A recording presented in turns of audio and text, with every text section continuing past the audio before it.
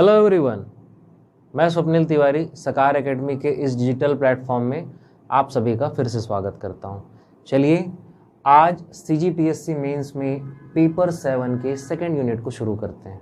ठीक, second unit है आपका इंटरनेशनल ऑर्गेनाइजेशन एंड स्पोर्ट्स। ठीक, जब भी हम CGPSC मेंस की बात करेंगे, मैं जो भी आपको टॉपिक्स पढ़ाऊंगा, जो भी आपको सब्जेक्ट्स पढ़ाऊंगा, बेसिकली मैं आपको पेपर 7 का second unit, paper 5 and paper 4 का जो मैथ्स वाला यूनिट है मैं वो आपको पढ़ाऊंगा। ठीक, तो जब भी हम मेंस में किसी टॉपिक या सब्जेक्ट की बात करेंगे, हमारा ध्यान एक ही जगह केंद्रित होना चाहिए कि हम एक टॉपिक को अच्छे से पढ़ें और उस टॉपिक से बनने वाले जो क्वेश्चंस हैं पहले उन क्वेश्चन की तलाश करें और फिर उसके आंसर की प्रैक्टिस करें।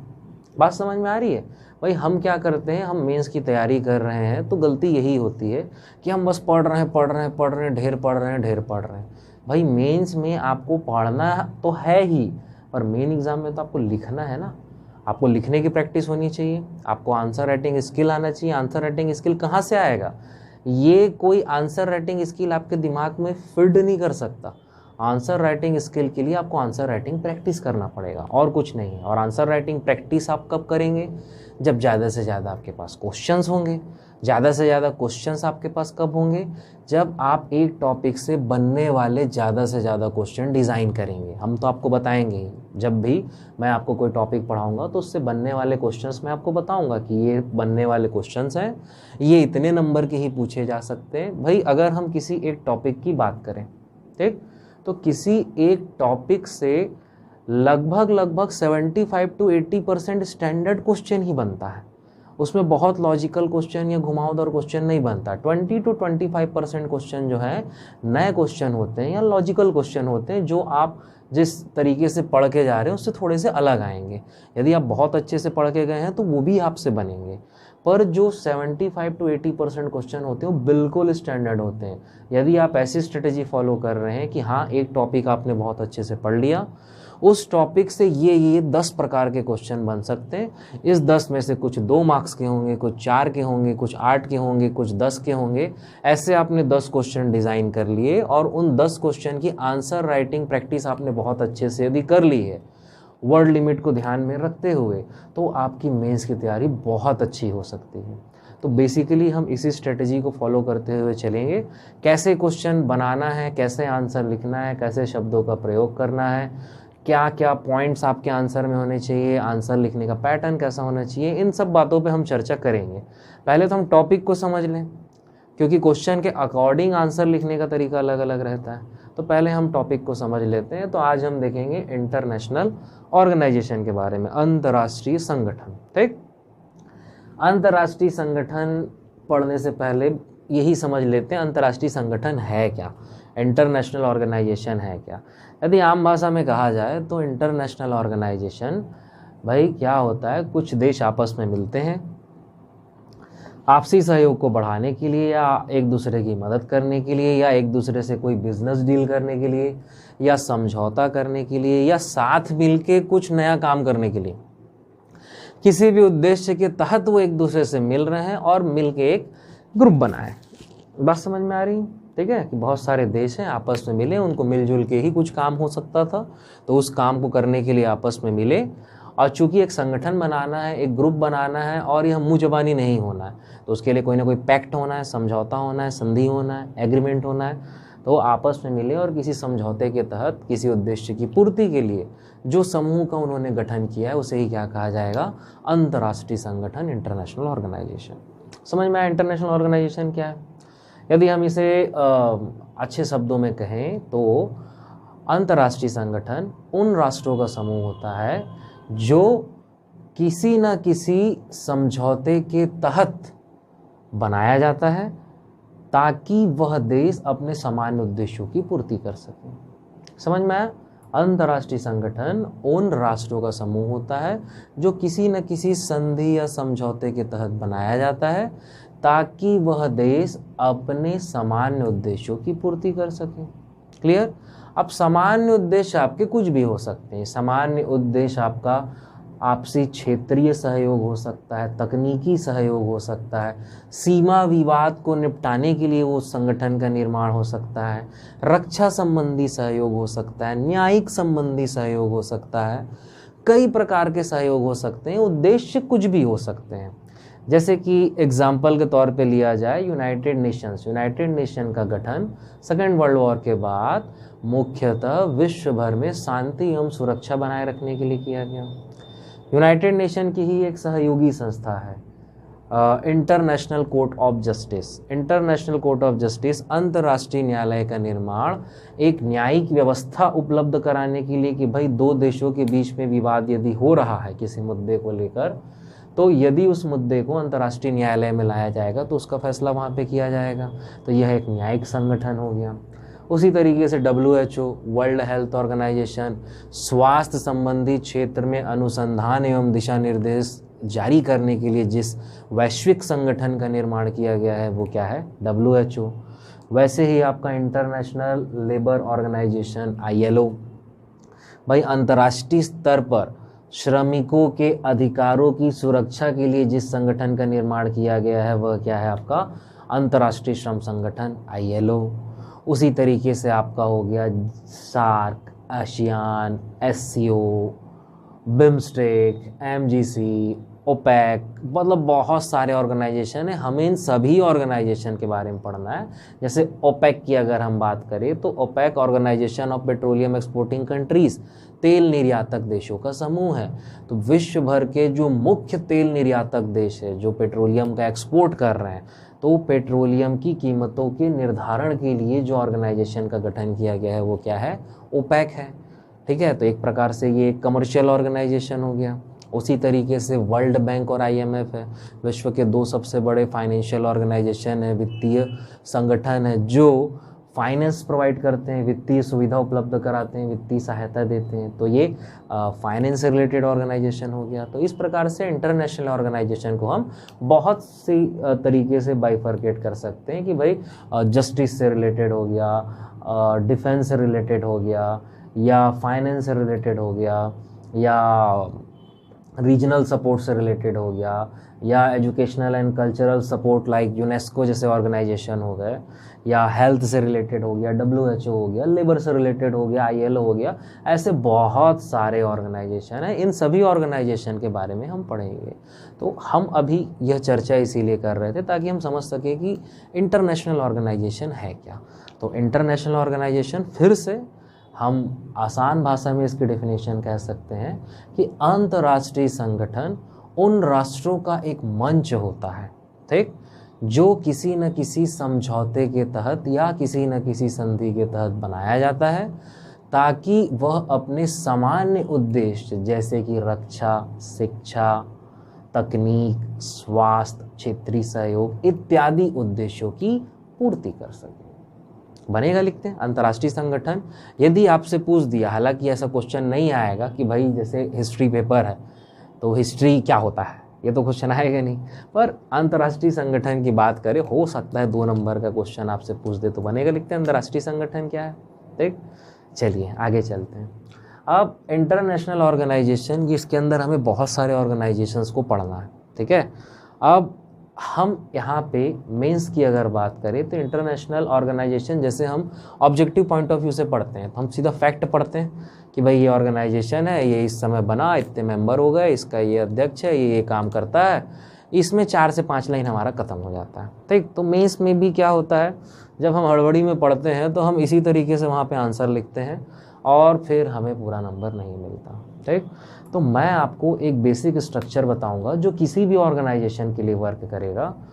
उस स्ट्रक्चर के अकॉर्डिंग यदि आप आंसर लिख रहे हैं, मैं फिर से कह रहा हूँ, हम मेंस को फोकस कर रहे हैं। मेंस को फोकस करने की जब भी मैं बात करूँगा तो आपको यही सोचना है कि उस टॉपिक से कितने क्वेश्चन बन सकते हैं। ये पॉइंट तो हम समझ चुके हैं। अब आपको ये ध्यान देना है कि हमें अपना आंसर कैसे डिज़ाइन करना है। ठीक है भाई, हम ये तो समझ गए कि भाई टॉपिक सोचना है, टॉपिक से क्वेश्चन सोचना है, फिर उसके आंसर की प्रैक्टिस करना है, उसके लिए टॉपिक को पढ़ना है।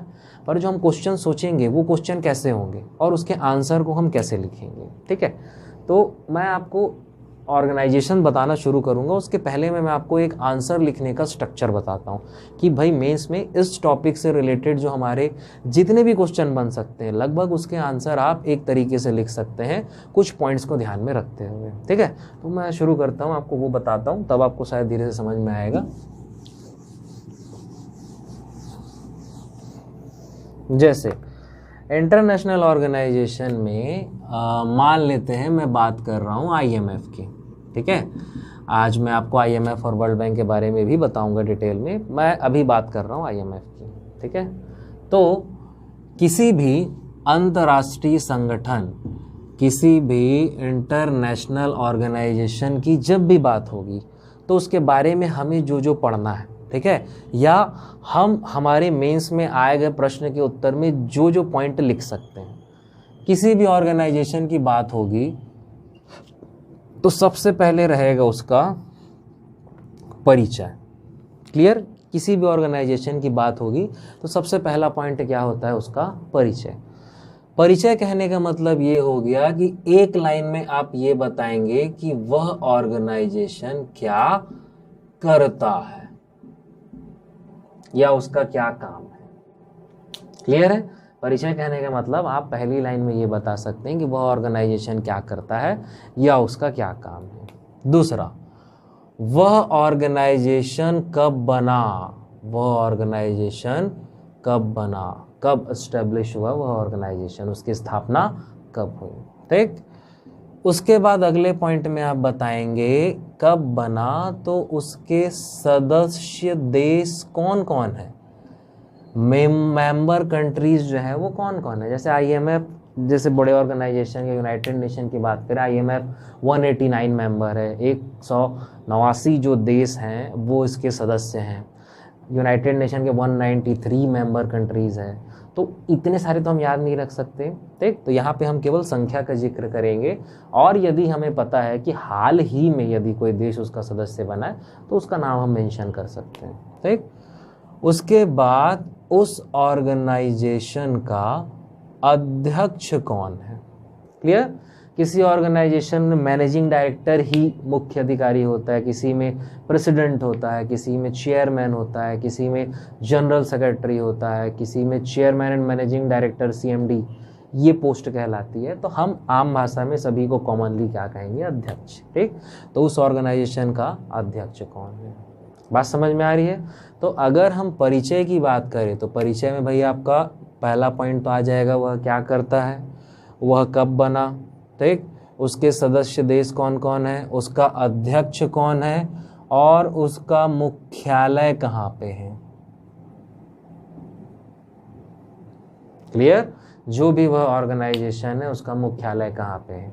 परिचय कहने का मतलब उसका आप एक बेसिक स्ट्रक्चर समझा दिए कि भाई जैसे IMF की बात हो रही है तो IMF एक वैश्विक वित्तीय संस्थान है जो वित्तीय सुविधा उपलब्ध कराने का कार्य करता है, जिसका मुख्यालय वाशिंगटन DC में है।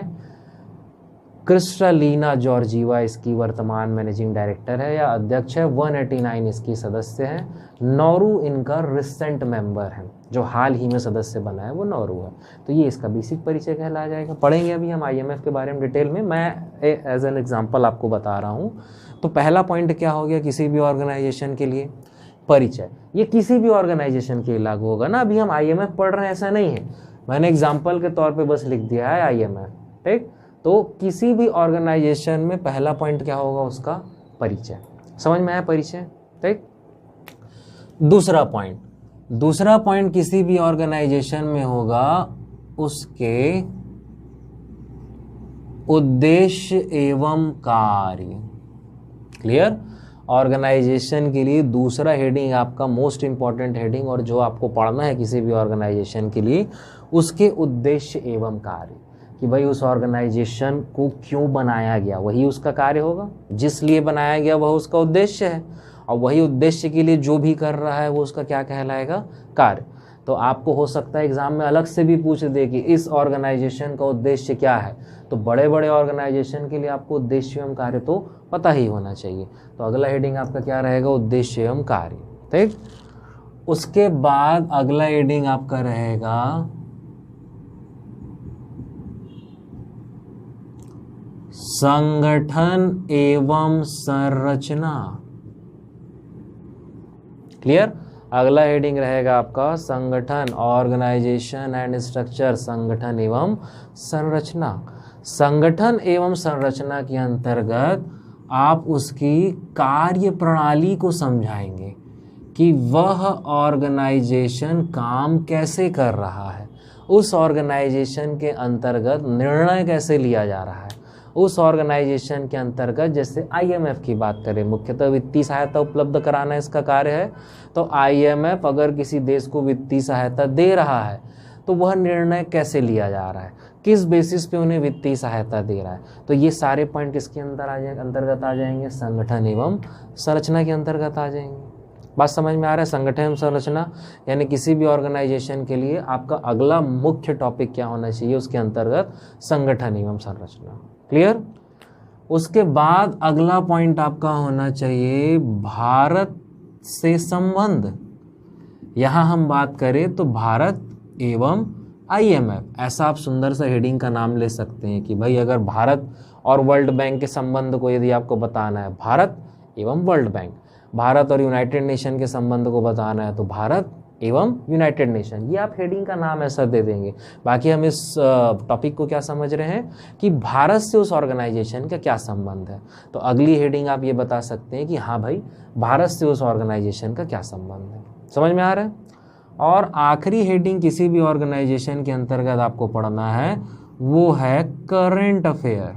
ठीक है, उस ऑर्गेनाइजेशन से रिलेटेड यदि कुछ भी करंट अफेयर हाल ही में आपने सुना है, जैसे आईएमएफ के द्वारा वर्ल्ड आउटलुक रिपोर्ट जारी की जाती है, ठीक, वर्ल्ड बैंक के द्वारा वर्ल्ड डेवलपमेंट रिपोर्ट जारी की जाती है, ठीक है, उसी तरीके से बहुत सारे इंडेक्सेस, बहुत सारे रिपोर्ट अलग अलग ऑर्गेनाइजेशन के द्वारा जारी किए जाते हैं, या कुछ ऑर्गेनाइजेशन के प्रतिवर्ष या कुछ वर्ष के अंतराल में राष्ट्रीय सम्मेलन होते हैं, समिट होते हैं। तो अगर किसी ऑर्गेनाइजेशन के सम्मेलन हो रहे हैं तो हाँ, इस साल सम्मेलन कहाँ हुआ या अगले साल कहाँ सम्मेलन होने वाला है, ये हमें पता होना चाहिए। यदि भारत उस सम्मेलन का सदस्य रहा है, इंडिया के द्वारा उस सम्मेलन में पार्टिसिपेट किया गया है, तो उस सम्मेलन के मुख्य बिंदु आपको पता होना चाहिए, खासकर जो भारत से संबंधित हो। वो हमारे एग्जाम का क्वेश्चन बिल्कुल हो सकता है।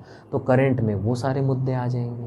ठीक, तो बेसिकली मैं आपको क्या कहना चाह रहा हूँ कि किसी भी इंटरनेशनल ऑर्गेनाइजेशन, अंतर्राष्ट्रीय संगठन की बात होगी तो उसके अंदर आपको जिन टॉपिक को फोकस करना है, कुछ भी नहीं पढ़ते रहना उसके बारे में। ठीक है, हम बात कर रहे हैं आंसर लिखने की, तो उसके अंदर आपको जिन टॉपिक्स को फोकस करना है, तो पहले तो उसका बेसिक परिचय में क्या आता है हम समझ चुके हैं कि भाई वो क्या करता है, कब बना है, सदस्य देश कौन कौन है, अध्यक्ष कौन है और उसका मुख्यालय कहाँ है। ये हम 1 लाइन 2 लाइन 3 लाइन 4 लाइन जितना भी लिख सकते हैं, इसमें परिचय बता दिए। उसके बाद अगला हेडिंग हमारा क्या होगा, उद्देश्य एवं कार्य। अब जितना बड़ा ऑर्गेनाइजेशन है उसके कार्य एवं उद्देश्य उतने बड़े हम लिख सकते हैं। अलग अलग ऑर्गेनाइजेशन में क्या क्या उद्देश्य और कार्य रहेंगे वो मैं आपको बताऊँगा अलग से।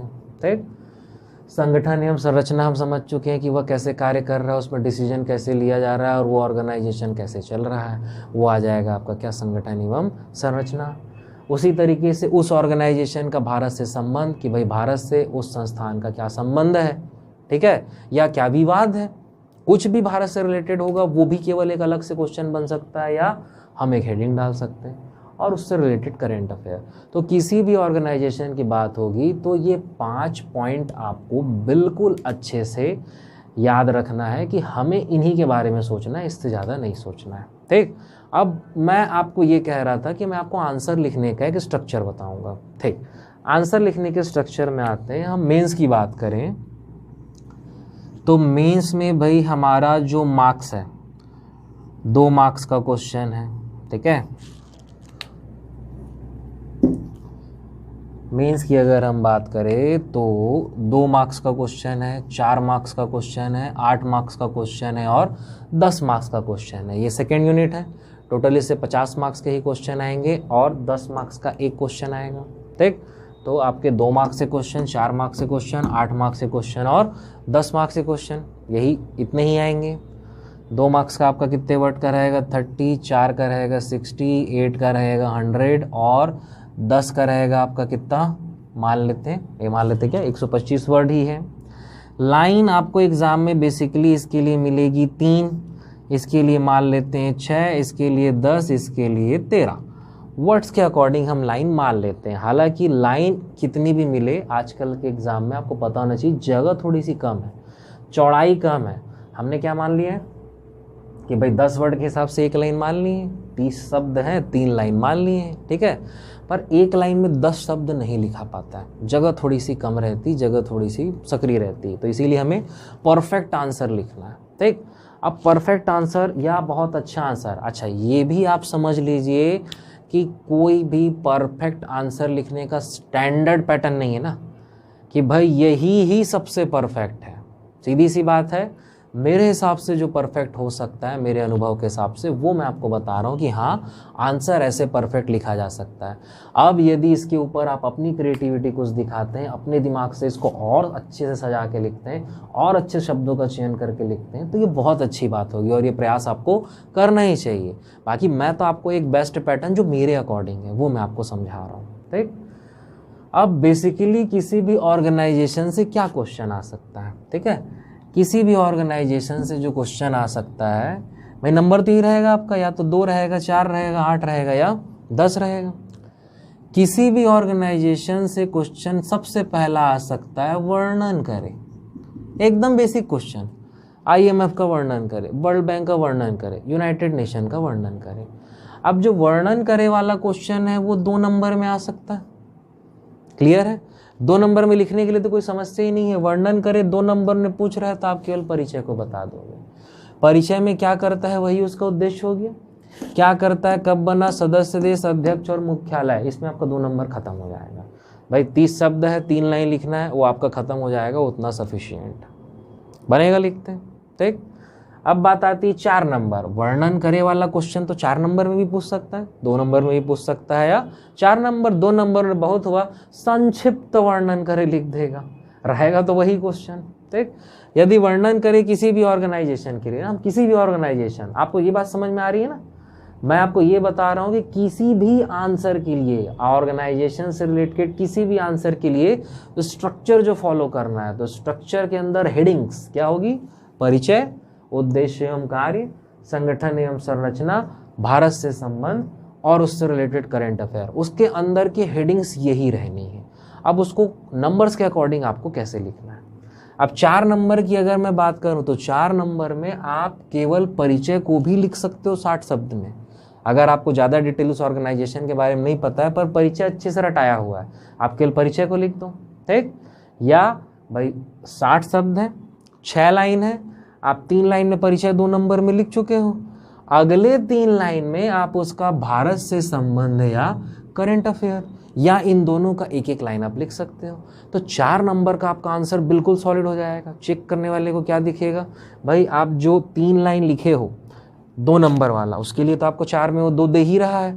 उसके बाद आप और अच्छे पॉइंट लिख दोगे, भारत से संबंध और उससे रिलेटेड एक लाइन में करंट अफेयर की हाल ही में जारी IMF की रिपोर्ट के अनुसार 2020 में भारत की GDP ये है, क्लियर। एक लाइन भी यदि आप उससे लिख दोगे तो आपको हो सकता है उससे अच्छा नंबर मिल जाए। बात समझ में आ रही है। तो 4 नंबर के लिए आप बाकी हेडिंग को लिख सकते हो। अब यही वर्णन करे आपको 8 नंबर में आ जा रहा है, यही वर्णन करे आपको 8 नंबर में आ रहा है तो आप डायरेक्ट हेडिंग यही सब डालोगे। सबसे पहले आप लिखोगे परिचय, उसके बारे में 3 लाइन में ये बताओगे, फिर उद्देश्य एवं कार्य 2 लाइन, 2.5 लाइन, 3 लाइन में आप ये बताओगे। उसके बाद संगठन एवं संरचना, उसकी आप कार्य प्रणाली बताओगे। फिर ये दोनों के लायक जगह है तो ठीक, नहीं तो केवल आप करंट अफेयर को बता दो, भारत से संबंध को मत बताओ।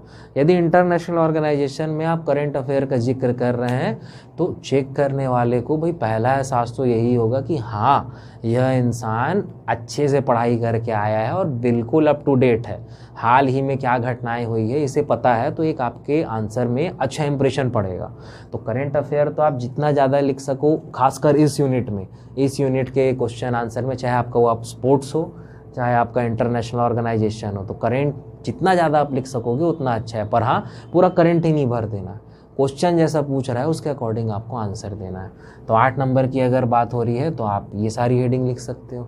सेम 8 नंबर से 10 नंबर की बात हो रही है तो 100 शब्द से 125 शब्द आप उन्हीं हेडिंग्स को बना सकते हो। सीधी सी बात है, आप उद्देश्य ज़्यादा लिख दोगे या आप कार्यप्रणाली ज़्यादा लिख दोगे। मैं आपको IMF, world bank, United nation जैसे ऑर्गेनाइजेशन है, ठीक है, ऐसे बड़े बड़े ऑर्गेनाइजेशन के हर टॉपिक को जो मैं हर हेडिंग बता रहा हूँ, मैं आपको इतना उसके बारे में बताऊँगा और नोट्स भी प्रोवाइड करूँगा कि आप सब में 10-10 नंबर के लायक लिख सकते हैं। तो आपको ये नहीं सोचना है कि 2-2 लाइन या 3-3 लाइन ही है, आपको ज़्यादा ही पढ़ना है। आप जो अपना खुद का नोट्स बनाएंगे उसमें हर चीज़ आप ज़्यादा ही लिखेंगे, ज़्यादा ही मेंशन करेंगे और काम की ज़्यादा मतलब कुछ भी नहीं झेलाते रहेंगे, अच्छे वर्ड्स में ज़्यादा जानकारी मेंशन करेंगे ताकि एग्ज़ाम में आप कम लिख सकें। अब ज़्यादा पढ़ के कम लिखना कठिन काम होता है, इसीलिए हमें क्या करना है, इस टॉपिक से बनने वाले जो क्वेश्चन हैं, क्वेश्चन को डिज़ाइन करना है और उसके आंसर की प्रैक्टिस करना है। तो पहला बेसिक क्वेश्चन तो हम समझ गए, क्या, वर्णन करें। 2 में पूछे, 4 में पूछे, 8 में पूछे, चाहे 10 में पूछे, यदि आप वर्णन करें में एक पैराग्राफ बना के सिंपल आंसर लिख दे रहे हैं, वो आंसर ज़्यादा अच्छा रहेगा, या आप वर्णन करें में ऐसा 1 2 3 4 5 हेडिंग डाल रहे हैं। IMF का वर्णन करें, पहला आप लिख रहे हैं परिचय, फिर लिख रहे हैं उद्देश्य एवं कार्य, फिर लिख रहे हैं उसका संगठन एवं संरचना, फिर लिख रहे हैं उसमें भारत से संबंध, और उसके नीचे आप लिख रहे हैं कोई एक लाइन करेंट अफेयर कि हाल ही में ऐसा हुआ और वैसा हुआ है। तो ये आंसर ज़्यादा आपको अच्छा लिख रहा है, या एक पैराग्राफ में आप लिख देंगे वो आंसर आपको ज़्यादा दिखेगा, ज़्यादा अच्छा दिखेगा। फैसला आप स्वयं कर सकते हैं। आपको आंसर ऐसा लिखना है कि जो चेक करने वाला है उससे पहली नज़र में तो आंसर ऊपर से ही आंसर बहुत अट्रैक्टिव लगे। जब उसे अट्रैक्टिव लगेगा तो वो डिटेल में पढ़ेगा, अट्रैक्टिव ही नहीं लगेगा तो वो ऊपर से ही पढ़ेगा और वही ऊपर वाला ही नंबर देगा। जो 8 में ऊपर का नहीं रहेगा, 8 में वो नीचे का रहेगा, 3 रहेगा, 4 रहेगा, 5 रहेगा। ठीक। दूसरा एक फैक्ट ये भी है कि ये एक GS का सब्जेक्ट है। GS के सब्जेक्ट में आप ये मान के चलिए कि 25% मार्क्स तो मिलना लगभग असंभव है। जैसे 8 की बात हम कर रहे हैं, 8 मार्क्स के क्वेश्चन की, तो 6 से ऊपर यदि मिल रहा है बहुत अच्छी बात है, वो असंभव में काउंट होगा। 10 मार्क्स की यदि हम बात कर रहे हैं तो 7.5 से ऊपर, 8 से ऊपर यदि आपको मिल जा रहा है तो ये बहुत में काउंट होगा, यानी आपका आंसर बहुत ही ज़्यादा अच्छा है। चेक करने वाले को इतना अच्छा लगा है कि आपको बहुत अच्छा मार्क्स दिया है, यानी कि 200 में 150 से ज़्यादा। भाई आपने कितने लोगों का सुना होगा जो मेंस की तैयारी कर रहे हैं, जो अवेयर हैं पहले के लोगों के मार्क्स से, या जो पहले भी पेपर दिए हैं, तो GS के पेपर में 150, 200 में 150 मार्क्स से ऊपर कितने लोगों का आखिर आप लोगों ने सुना है। ठीक। तो GS के पेपर में 25% मार्क्स तो मिलेंगे ही नहीं, मान के चलना है। 100% मार्क्स आपको केवल किस में मिल सकते हैं, 2 नंबर, और बहुत हुआ तो किस में, 4 में। 8, 10 और जो 15 नंबर वाला क्वेश्चन रहता है 100% इसमें मिलेगा ही नहीं, इसमें 25% मार्क्स तो आपको मिलेगा ही नहीं। तो इसीलिए हमको बेस्ट आंसर लिखना है, बहुत अच्छा आंसर लिखना है कि चेक करने वाले को पहले ही नज़र में वो यह तय कर ले कि हाँ मैं इसको 50% से तो ज़्यादा दूंगा। आप अगर 8 नंबर या 10 नंबर में ऐसा हेडिंग बनाएंगे, लगभग हर ऑर्गेनाइजेशन के लिए यही स्ट्रक्चर आपको मान के चलना है। जैसे कुछ छोटे छोटे ऑर्गेनाइजेशन पढ़ेंगे तो भाई उसमें हो सकता है कि हम उद्देश्य कार्य ही बस जाने, संगठन एवं संरचना न जाने, तो उसे न लिखिए। वहाँ हम क्या जानेंगे, उसका करेंट अफेयर जानेंगे, वहाँ हम क्या जानेंगे, उसका भारत से संबंध जानेंगे।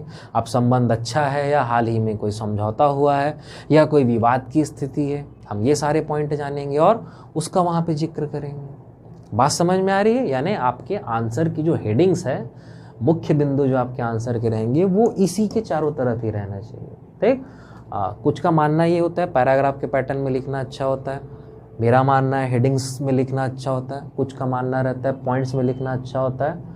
पर ओवरऑल बात यह है कि जो चेक करने वाला है उसे पहले नज़र में अट्रैक्शन आंसर से कैसे होगा, मुख्य बात तो यही है ना।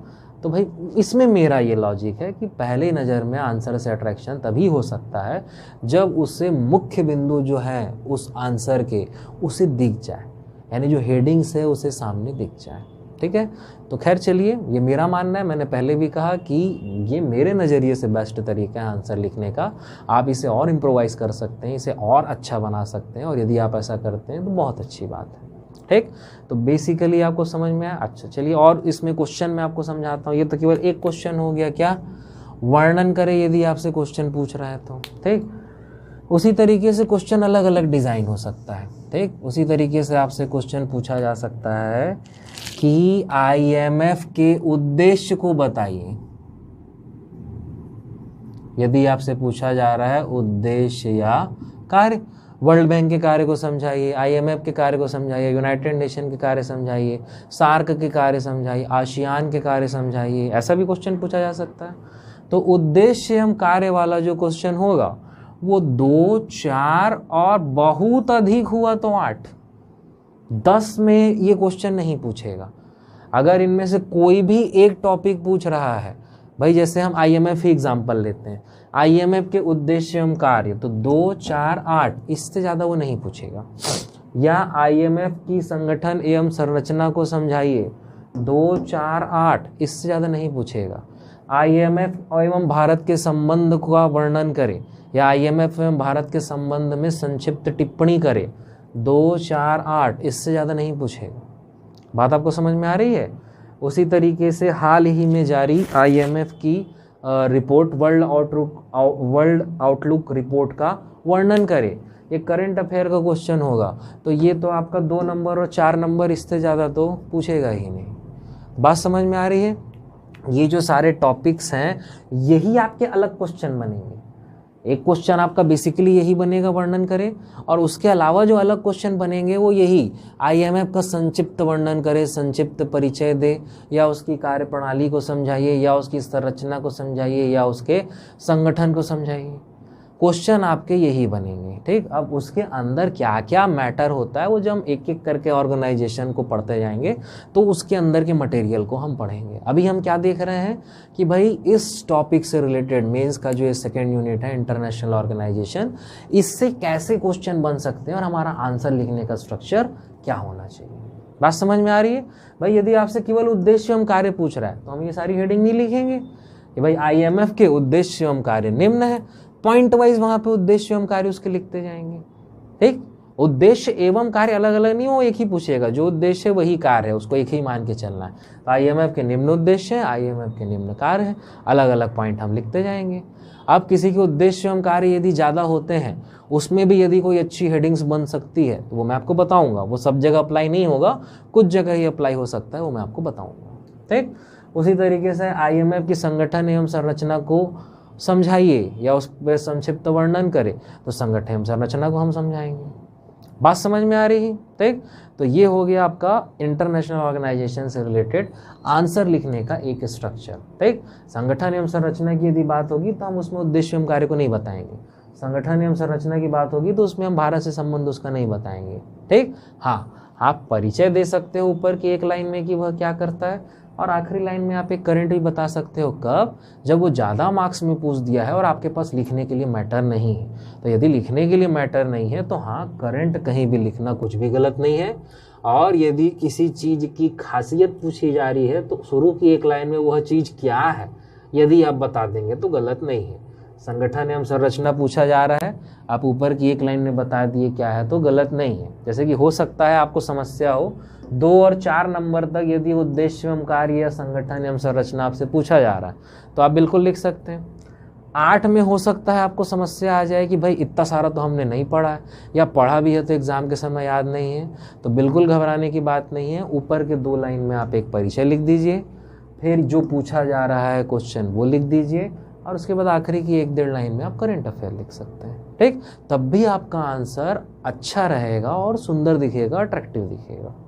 बात समझ में आ रही है आंसर कैसे लिखना है, ठीक। चलिए अब मैं चलता हूँ सीधा, हम ऑर्गेनाइजेशन पढ़ना स्टार्ट करते हैं। तब इन टॉपिक्स पे मैं फिर से चर्चा करूँगा। जैसे आज IMF और वर्ल्ड बैंक के बारे में आपको बताता हूँ, उसके बाद IMF और वर्ल्ड बैंक से क्वेश्चन बनेंगे कैसे और उन्हें लिखना कैसे है, तब आपको और क्लियर होगा, ठीक। पूरा वीडियो आप देखते रहिए।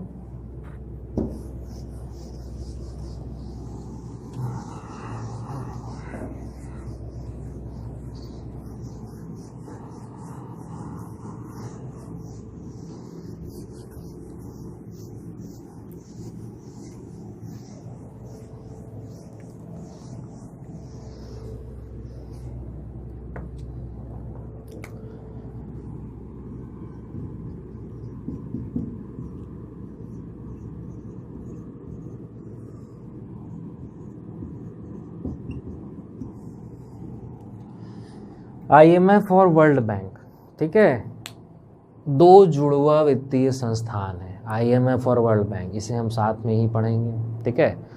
जुड़वा कहने का क्या तात्पर्य है, चलिए ये समझने के पहले थोड़ा इसके इतिहास को समझ लेते हैं, ठीक। तो याद रखना है आपको 1944 में अमेरिका के एक शहर ब्रेटन वुड्स में एक कॉन्फ्रेंस हुआ, ठीक, जिसे ब्रेटन वुड्स कॉन्फ्रेंस कहा गया। यह ब्रेटन वुड्स कॉन्फ्रेंस दो विशिष्ट अर्थशास्त्री जॉन बर्नार्ड कीन्स, ठीक, और हैरी डेक्स्टर वाइट,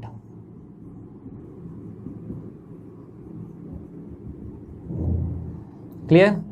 1944 में ब्रेटन वुड्स कॉन्फ्रेंस हुआ, जिसका आयोजन दो विशिष्ट अर्थशास्त्री जॉन बर्नार्ड कीन्स और हैरी डेक्स्टर वाइट के द्वारा किया गया। जॉन बर्नार्ड कीन्स, ये नाम हम पहले भी सुन चुके हैं, यदि आपने इकोनॉमी का वीडियो देखा है मेरा तो मैंने वहाँ पे उसका जिक्र किया है। मैंने उस समय भी कहा था जॉन बर्नार्ड कीन्स एक बहुत ही इंपॉर्टेंट नाम है, याद रखना है। कौन है John Bernard Keynes? John Bernard Keynes mixed economy के जनक, मिश्रित अर्थव्यवस्था के जनक, फादर ऑफ मिक्स्ड इकोनॉमी कहलाते हैं, ठीक। इनकी book general theory of employment, interest and money के द्वारा इन्होंने मिक्स्ड इकोनॉमी का कॉन्सेप्ट दिया, ठीक, इसीलिए बहुत इंपॉर्टेंट है। अब 1944 में ये कॉन्फ्रेंस क्यों हुआ, ठीक, तो यह कॉन्फ्रेंस इसलिए हुआ मुख्यतः भाई सेकेंड वर्ल्ड वॉर के बाद जितने भी देश थे दुनिया भर के, हर किसी देश को कोई ना कोई नुकसान हुआ, जन हानि हुई, धन हानि हुई, ठीक है।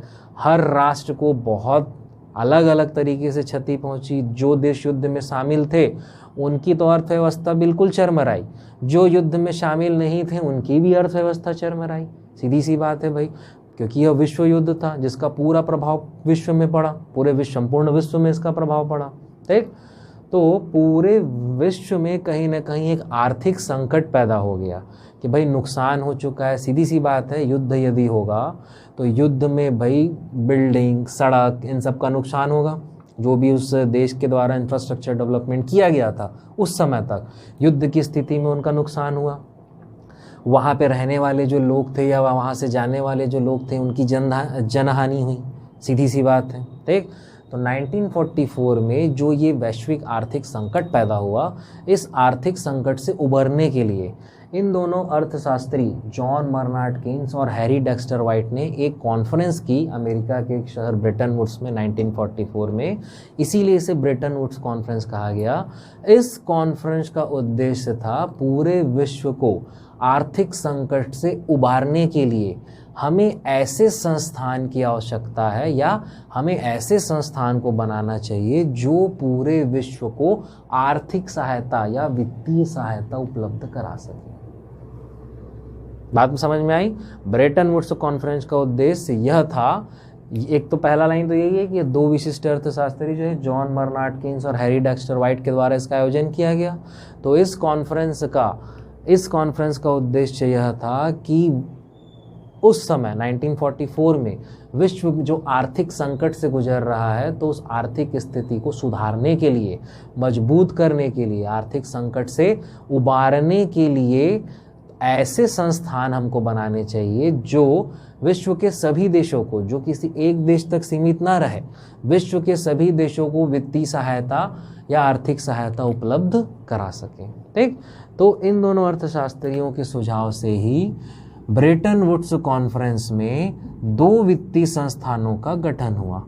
एक था आपका आईएमएफ और दूसरा था वर्ल्ड बैंक। क्लियर? इसीलिए आईएमएफ और वर्ल्ड बैंक को ब्रेटन वुड्स कॉन्फ्रेंस की दो जुड़वा संतानें कहा जाता है। और आईएमएफ और वर्ल्ड बैंक के गठन का श्रेय इन दोनों अर्थशास्त्रियों को दिया जाता है, जॉन बर्नार्ड कीन्स और हैरी डेक्स्टर वाइट, ठीक। अब एक वित्तीय संस्थान की जरूरत थी, दो क्यों बना दिया गया? भाई ये मन में आपके सवाल आना चाहिए, ठीक। तो भाई इस कॉन्फ्रेंस का उद्देश्य यही था कि एक ऐसे वित्तीय संस्थान को बनाया जाए जो पूरे विश्व भर में वित्तीय सहायता उपलब्ध कराए, फाइनेंशियल सर्विस दे, फाइनेंशियल हेल्पिंग प्रोवाइड करे। इसका अर्थ है लोन दे, आम भाषा में उधार देने के लिए एक ऑर्गेनाइजेशन को बनाना है जो दुनिया भर के देशों को क्या करे, लोन दे। क्योंकि हर देश को अपने आप को उस समय रिकंस्ट्रक्ट करने की ज़रूरत थी, चाहे इंफ्रास्ट्रक्चर के नज़रिए से या इकोनॉमी के नज़रिए से, हर तरीके से हर देश को अपने आप को रिकंस्ट्रक्ट करना था। ठीक। तो उस समय क्या किया गया, सभी देश आपस में मिले, ठीक, और उन देशों के द्वारा ब्रेटन वुड्स कॉन्फ्रेंस में ये तय किया गया कि एक नहीं, 2 वित्तीय संस्थान बनाए जाएंगे जो विश्व भर में वित्तीय सहायता उपलब्ध कराने का कार्य करेंगे। अब 2 संस्थान क्यों बने हैं, इसका डिफरेंस हम एक इनकी बेसिक डेफिनेशन से समझ सकते हैं। एक्चुअल में इनके कार्य में आपको बताऊंगा। 2 संस्थान इसलिए बनाए गए, यही इन दोनों के बीच अंतर है कि IMF जो है, एकदम आम भाषा में अभी समझ लेते हैं, फिर इसे डिटेल में समझेंगे। IMF का कार्य है वित्तीय सहायता उपलब्ध कराना, और वर्ल्ड बैंक का भी कार्य है वित्तीय सहायता उपलब्ध कराना, यानी दोनों का काम है लोन देना। पर IMF जो है कैपिटलिस्ट कंट्रीज, पूंजीपति देश, या डेवलप्ड कंट्रीज, विकसित देशों को लोन देता है। बात समझ में आ रही है। और वर्ल्ड बैंक जो है वो सीधी सी बात है डेवलपिंग कंट्रीज या विकासशील देशों को लोन देता है, ठीक, या गरीब देशों को लोन देता है, पुअर कंट्रीज को लोन देता है। अब जो कैपिटलिस्ट कंट्रीज को लोन देगा, ठीक है, यह क्या करता है, कैपिटलिस्ट कंट्रीज को लोन देता है, और यह पुअर कंट्रीज को लोन देता है, या इसे ही कहा जाएगा डेवलप्ड कंट्रीज को लोन देता है, और ये क्या है, डेवलपिंग कंट्रीज को लोन देता है। अब कैपिटलिस्ट पूंजीपति देशों को लोन दे रहा है, अमीर आदमी को लोन दे रहा है, तो अमीर आदमी भाई तो महंगा लोन भी ले सकता है ना, ठीक, और अमीर आदमी लोन ले रहा है यानी वो ज़्यादा समय तक के लिए नहीं लेगा, कम समय के लिए लोन लेगा। तो भाई उसको पैसा ज़्यादा चाहिए और वो जल्दी लौटा सकता है, क्योंकि वो अमीर इंसान है, वह जल्दी लौटा सकता है। तो इसीलिए IMF के द्वारा कम समय के लिए, शॉर्ट टर्म के लिए लोन दिया जाता है। चूंकि कम समय के लिए दिया जाता है, इसीलिए इसका ब्याज दर, इंटरेस्ट रेट क्या होता है, ज़्यादा होता है, महंगा होता है। वर्ल्ड बैंक के द्वारा जस्ट अपोजिट, लॉन्ग टर्म के लिए लोन दिया जाता है, इसीलिए इसका ब्याज दर क्या होता है, कम। यहाँ शॉर्ट टर्म कहने का मतलब होता है अधिकतम 5 साल, और लॉन्ग टर्म कहने का मतलब होगा अधिकतम 35 साल तक, 35 ईयर्स तक। तो समझ में आया बेसिक डेफिनेशन क्या है, ठीक। IMF और वर्ल्ड बैंक दोनों वैश्विक वित्तीय संस्थान हैं, ठीक, वर्ल्ड लेवल के फाइनेंशियल इंस्टीट्यूट हैं, ठीक, दोनों का काम लोन देना है। पर IMF विकसित देश, पूंजीपति देश, कैपिटलिस्ट कंट्रीज या डेवलप्ड कंट्रीज को लोन देता है, और कम समय के लिए लोन देता है, इसीलिए महंगे ब्याज दर पे लोन देता है, ठीक। और वर्ल्ड बैंक की अगर हम बात करें तो वर्ल्ड बैंक भी वित्तीय सहायता उपलब्ध कराता है, अर्थात वर्ल्ड बैंक भी लोन देने का काम करता है। पर वर्ल्ड बैंक गरीब देश या डेवलपिंग कंट्रीज को, विकासशील देशों को लोन देता है, और चूंकि लंबे समय के लिए वित्तीय सुविधा उपलब्ध कराता है, भाई गरीब देश है, जल्दी पैसा नहीं लौटा पाएगा, तो उसको लंबे समय के लिए चाहिए होगा, तो लंबे समय के लिए वित्तीय सुविधा उपलब्ध कराता है, लंबे समय के लिए लोन देता है, इसीलिए सस्ता लोन देता है, ब्याज दर उसमें क्या रहेगी, निम्न। तो ये बेसिक डिफरेंस और बेसिक डेफिनेशन है किसका, वर्ल्ड बैंक और IMF का। इसे हम डिटेल में अभी पढ़ेंगे, ठीक। तो समझ में आया आपको 2 संस्थान अलग अलग क्यों बनाए गए, क्योंकि उस समय कुछ देश ऐसे थे जो उस समय की स्थिति में काफ़ी डेवलप्ड थे, उनकी फाइनेंशियल कंडीशन बाकी के कंपेयर में अच्छी थी, तो भाई वो जल्दी से लोन लेके जल्दी से पैसा लौटा सकते थे। ये कुछ इस तरीके से काम कर रहा है वर्ल्ड बैंक और IMF का स्ट्रक्चर, कि कुछ देश आपस में मिले, ठीक है। हम इसे इस एग्जांपल से समझ सकते हैं। पहला तो आप याद रख सकते हैं कि भाई वर्ल्ड बैंक और IMF के लिए 44 जो थे वो उसके फाउंडिंग मेंबर्स थे, यानी वर्ल्ड बैंक और IMF के गठन में इन 44 देशों ने पहले अपना शेयर दिया, पहले अपना अंशदान दिया, ठीक है। तो इसे हम ऐसे समझ सकते हैं कि भाई 44 देश थे टोटल, हर देश ने 10-10 रुपये दिया, तो कुल कितना रुपए हो गया भाई, 100 रुपये ले लेते हैं, थोड़ा अच्छा लगेगा, ठीक है। हर देश ने 100-100 रुपये दिया, तो कुल कितना पैसा इकट्ठा हो गया, 4400। ठीक, अब इस 4400 रुपये को जिस देश को सबसे ज़्यादा सबसे पहले ज़रूरत थी, मान लिए 4400 रुपये किसको दे दिए, यूएसए को। अब कुछ समय के बाद यूएसए ने इस पैसे को लौटाया।